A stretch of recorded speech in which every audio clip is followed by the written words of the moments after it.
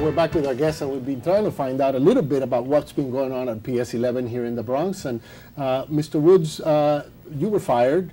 I don't think we've established what reason you were given. Were you given a reason? Right. As I was attempting to say before the break, the series of meetings I've had with the principal, where she would go over why she felt I wasn't doing the job, basically those were manufactured, invalid excuses that she was just creating a record to substantiate her rationale for getting rid of me. The whole thing is this.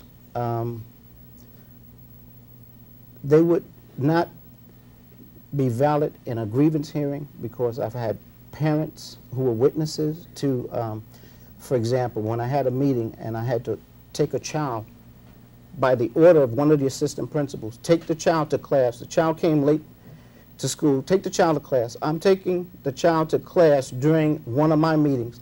Principal comes down, doesn't see me. She writes me up. Mr. Woods wasn't there. I have parents who knew where I was, why I was missing. I had workshops that I had to conduct.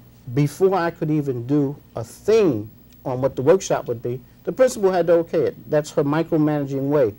She doesn't okay it, so what is my workshop going to be on? So last minute, I'm trying to get what my workshop's going to be on. She's never available to give me the go-ahead, just setting me up to fail. Then I would see one of the assistant principals sneak into one of my meetings just to find what's wrong. Okay, so you say she set you up. Why did she set you up, in your opinion? Okay, what was the motive behind it? Okay, she was setting me up because there were a number of incidences.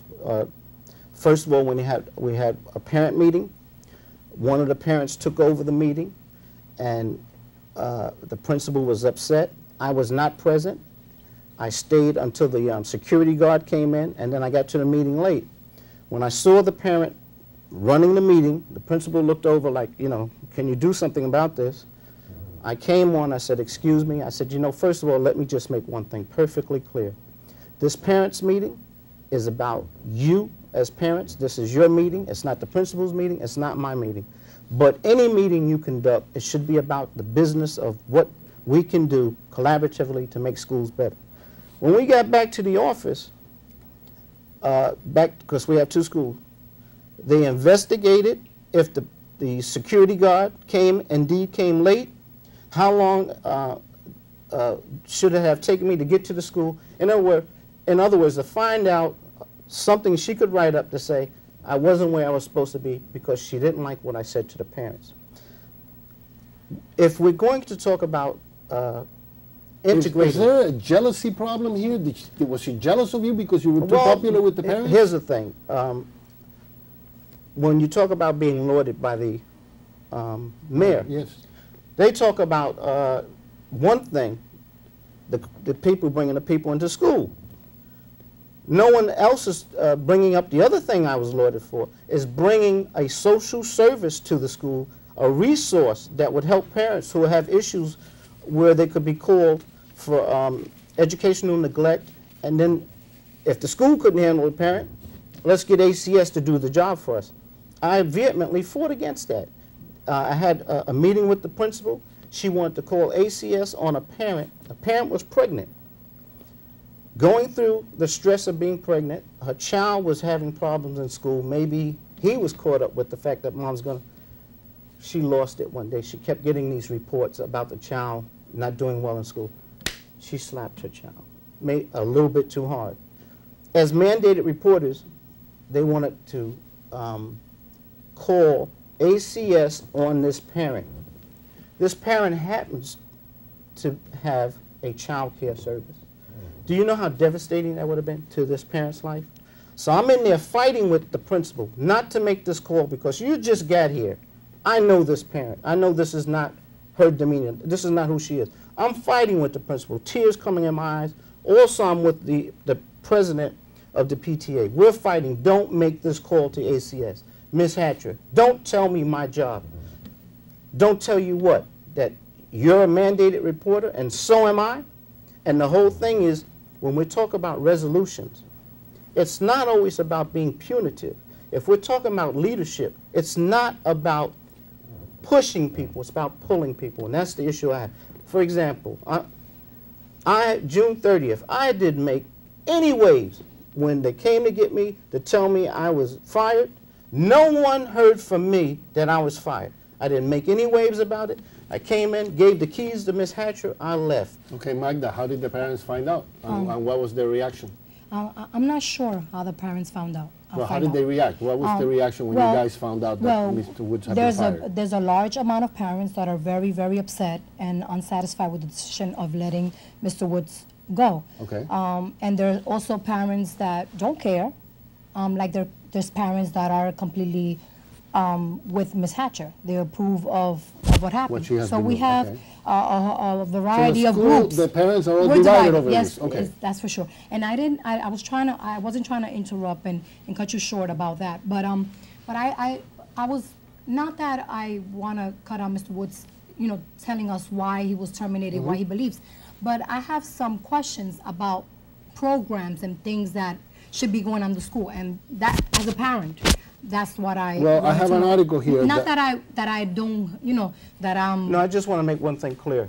Okay. Even in the words of the parent president, we feel there's a support for Ms. Hatcher, but we are in agreement that we want Mr. Woods back.